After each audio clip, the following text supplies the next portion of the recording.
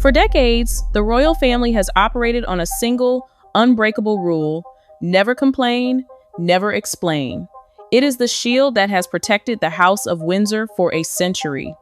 But that shield is cracking. We have been told for years that Prince Andrew is the Pariah Prince, the disgraced Duke, locking himself away in the royal lodge, silenced by his catastrophic connections to a world the palace desperately wants to forget. The public assumed he was finished, a man with no voice and no future. But there is a very old, very dangerous saying in the halls of power.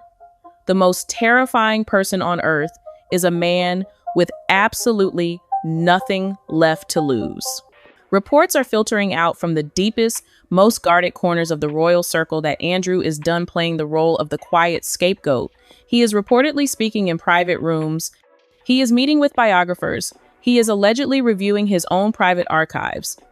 And the things he is saying have caused a wave of absolute cold panic to sweep through a certain multi-million-dollar mansion in Montecito. You see, Andrew isn't just blabbing about family drama. He isn't complaining about bedrooms or sausages like Prince Harry.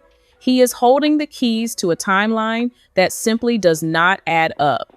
He knows the names, he knows the dates, and most terrifyingly for Meghan Markle, he allegedly knows exactly who else was on those yachts, in those exclusive clubs, and circulating in the very same dark orbit that destroyed his reputation.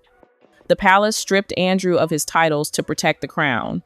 But in doing so, they may have made a fatal strategic error. They untethered him. If the rumors are true, Andrew is preparing to expose the massive hypocrisy of a system that exiled him while rolling out the red carpet for a woman who, according to sources, was swimming in the exact same waters. To understand why Meghan is reportedly terrified, we have to peel back the layers of the yachting world. This isn't about summer vacations in the Mediterranean. In the world of the global elite, yachting is a euphemism for a specific kind of networking, a gray zone where wealthy financiers, powerful producers, and ambitious young women intersect. For years, the mainstream media has carefully separated the world of Jeffrey Epstein from the world of Hollywood celebrity. We were told these circles never touched, but the evidence and Prince Andrew's memory suggests otherwise. Mainstream investigations have conveniently ignored the crossover. We know that Karina Shuliak was one of the financier's last known girlfriends. She moved exclusively in that dark, private jet network, a world defined by non-disclosure agreements and isolation.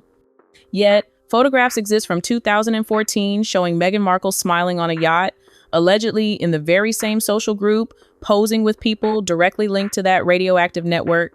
Andrew's contention is simple, and it is dangerous.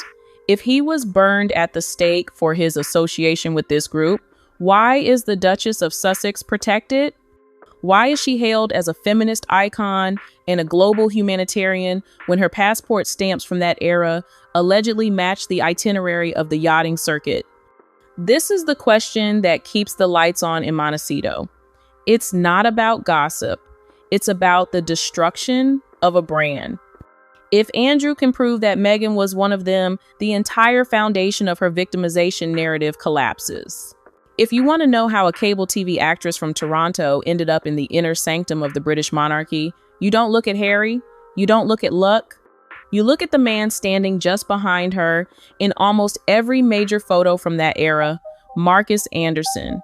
He is often described in the press as a consultant for Soho House, a trendy club for creatives. But insiders refer to him as something much more specific, a fixer.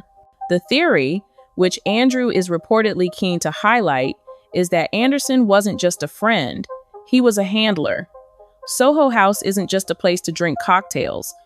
It is a curated ecosystem designed to mix the beautiful people with the wealthy people. Sources claim that Anderson's job was to place specific, charismatic individuals into the path of the global elite. He allegedly handpicked Meghan in 2011, recognizing her ambition, her beauty, and her chameleon-like ability to mold herself into whatever the person across the table wanted her to be. Through Anderson, the doors to Istanbul, New York, and London swung open. It was this network, Anderson's network, that allegedly overlapped with the circles Prince Andrew frequented. Harry thinks he found a soulmate on a blind date. Andrew allegedly knows that Harry was caught in a net that had been cast years earlier. The suggestion is that Meghan didn't fall into this world. She was recruited into it, groomed to navigate the complex social hierarchies of the ultra-rich, with Anderson guiding every step. Here is a twist that flips the entire fairy tale romance on its head. We are led to believe that Meghan fell for the charming, red-headed Prince Harry, but raw storytelling from those close to the York family suggests a different, more calculated reality. The word on the street is that Harry was not the original target. He was Plan B. The original target? Allegedly, it was Prince Andrew himself. Think about the logic from the perspective of someone looking for security and status. At the time, Andrew was single. He was incredibly wealthy, far wealthier than Harry, who lives off an allowance from the duchy. Andrew had a massive estate, the Royal Lodge. He lived a life of jet-setting luxury without the heavy burden of being the direct heir or the spare. He was the perfect gateway. Sources claim Meghan allegedly maneuvered to get into Andrew's orbit first. She wanted the stability and the billions, not the angst and the drama of the younger brother. She was allegedly seen at the same parties, in the same VIP rooms in London, but she hit a wall she didn't expect. A wall named Sarah Ferguson. Sarah Ferguson, the Duchess of York, is a survivor. She has been chewed up and spit out by the royal machine, ridiculed by the press, and exiled by the men in gray suits. She knows a grifter when she sees one because she knows how the game is played. Even though she and Andrew have been divorced for decades, they are famously the happiest divorced couple in the world. They share a home, they share secrets, they protect each other fiercely. When Meghan allegedly tried to infiltrate Andrew's inner circle, Fergie reportedly performed the ultimate body block. Sources say Fergie sensed the danger immediately. She didn't see a philanthropist, she saw an actress. She saw a woman who was too eager, too polished, and too interested in the titles rather than the man. Fergie allegedly made it clear that there was no room for another duchess in Andrew's life. This rejection is what reportedly forced Meghan to pivot. She didn't leave the royal orbit, she just moved down the line of succession. She found a younger, emotionally vulnerable prince who was desperate for a mother figure and a protector. Harry didn't realize he was the consolation prize, but Andrew and Fergie allegedly knew it from day one. And this is why the tension between the Yorks and the Sussexes is so thick. It's the tension of people who know the original script. This brings us to the most explosive piece of evidence that the palace has tried to bury, the smoking gun that links these two worlds legally. When Virginia Giuffre launched her civil suit against Prince Andrew, the suit that effectively ended his life as a working royal, her legal team made a move that shocked the legal world. They formally considered calling Meghan Markle as a witness. Why? Why would a high-powered U.S. lawyer drag a newlywed duchess into a sordid sex trafficking case? Because, according to reports, Giuffre claimed to know Meghan. The implication was that they had crossed paths in the past, in the yachting days, in the circles surrounding the financier. If Meghan was called to the stand, she wouldn't just be asked about Andrew, she would be deposed about her own history. She would have to answer, under oath, how do you know these people? Were you on the island? Were you on the plane? The palace realized that if that thread was pulled, the entire tapestry would unravel. It is highly probable, almost certain, that the massive settlement Andrew paid wasn't just to silence Virginia about him. It was a protection payment to keep Meghan's name out of the court records. The king paid to save the monarchy from a scandal that would have made Megxit look like a tea party. The tragedy of this story lies with Prince Harry. For 5 years, he has burned every bridge to protect his wife. He has fought his family, his country, and his friends, believing he was saving her from snobbery and racism. He positioned himself as the white knight saving the damsel. But sources from the California inner circle suggest the honeymoon period has turned into a cold, hard realization. Allegedly, the warnings the royal family tried to give him before the wedding, the dossiers he refused to read, are now making sense. Imagine the psychological break of realizing that the woman you sacrificed your military titles for was allegedly a close associate of the uncle you consider a disgrace. Harry is reportedly disgusted. He feels trapped in a gilded cage, isolated from his support system, staring at the reality that he may have been the mark in a long con. If Andrew speaks, Harry isn't just collateral damage.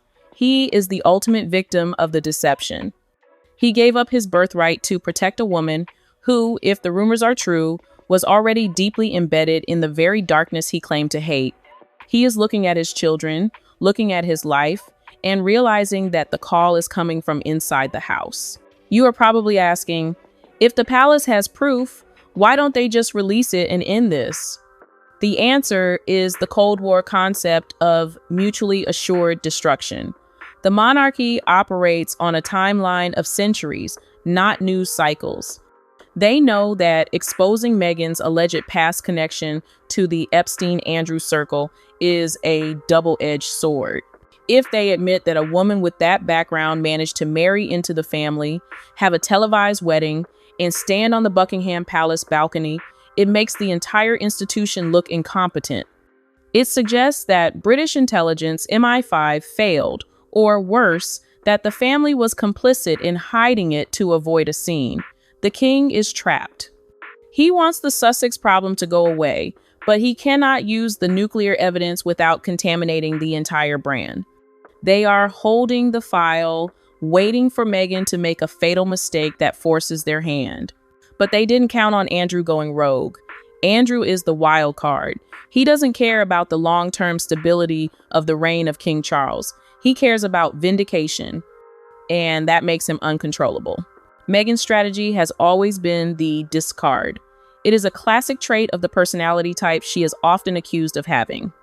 She uses people to climb and then cuts them off the moment they are no longer useful or become a liability. She did it to her father. She did it to her childhood best friend, Ninaki Pretty. She did it to the Beckhams.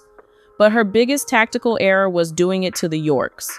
When Meghan was climbing, she was allegedly friendly with Princess Eugenie. Eugenie was her in, the friendly cousin who welcomed her when William and Kate were skeptical. But once she secured the ring and the title, she reportedly iced the Yorks out. When Andrew fell from grace, Meghan didn't just distance herself. She joined the chorus of condemnation to protect her own image. She let it be known that she found the association problematic. This was a mistake. Andrew and Fergie aren't just former friends, they are the keepers of the vault. By turning her back on them, she turned the only people who knew her before story into enemies. Andrew feels betrayed. He feels that he protected her secrets, but she offered him no loyalty in return. And now, loyalty is no longer on the table. There is another layer to this silence. In the UK, there is a legal tool known as a super injunction. This prevents the media from reporting on a specific topic, and it even prevents them from reporting that they are forbidden from reporting on it. Many insiders believe that a super injunction is currently in place regarding Meghan's past associations. This explains why the British tabloids, who usually hunt down every lead, go silent when it comes to the yachting years. They legally cannot print the truth without facing imprisonment or massive fines. But Andrew is a royal duke. He can speak in ways that bypass these injunctions. If he writes a memoir, or if he sits down for an interview with a U.S. network outside British jurisdiction, that injunction becomes worthless. He is the loophole. We are currently in the silence before the storm. Picture Prince Andrew sitting in the royal lodge, watching the Netflix documentaries, watching the interviews, seeing Meghan play the victim while he sits in the ruins of his reputation. He realizes he has nothing left to protect. The rumors suggest he is speaking to lawyers about what he can legally say. He is remembering details that were previously fuzzy. If Andrew decides to pull the trigger, he won't just be clearing his own name by showing he wasn't the only one. He will be burning the Sussex brand to the ground. Meghan Markle is panicking because she knows that unlike the palace, Andrew doesn't care about the dignity of the institution anymore. He only cares about the truth. The masks are slipping, the yacht logs are being dusted off, the witness lists are being reviewed, and the world is about to find out that the fairy tale might have actually been a horror story all along. The question isn't if the truth comes out, but when. And when it does, the reign of the Duchess of Montecito will face a reckoning unlike anything we have ever seen.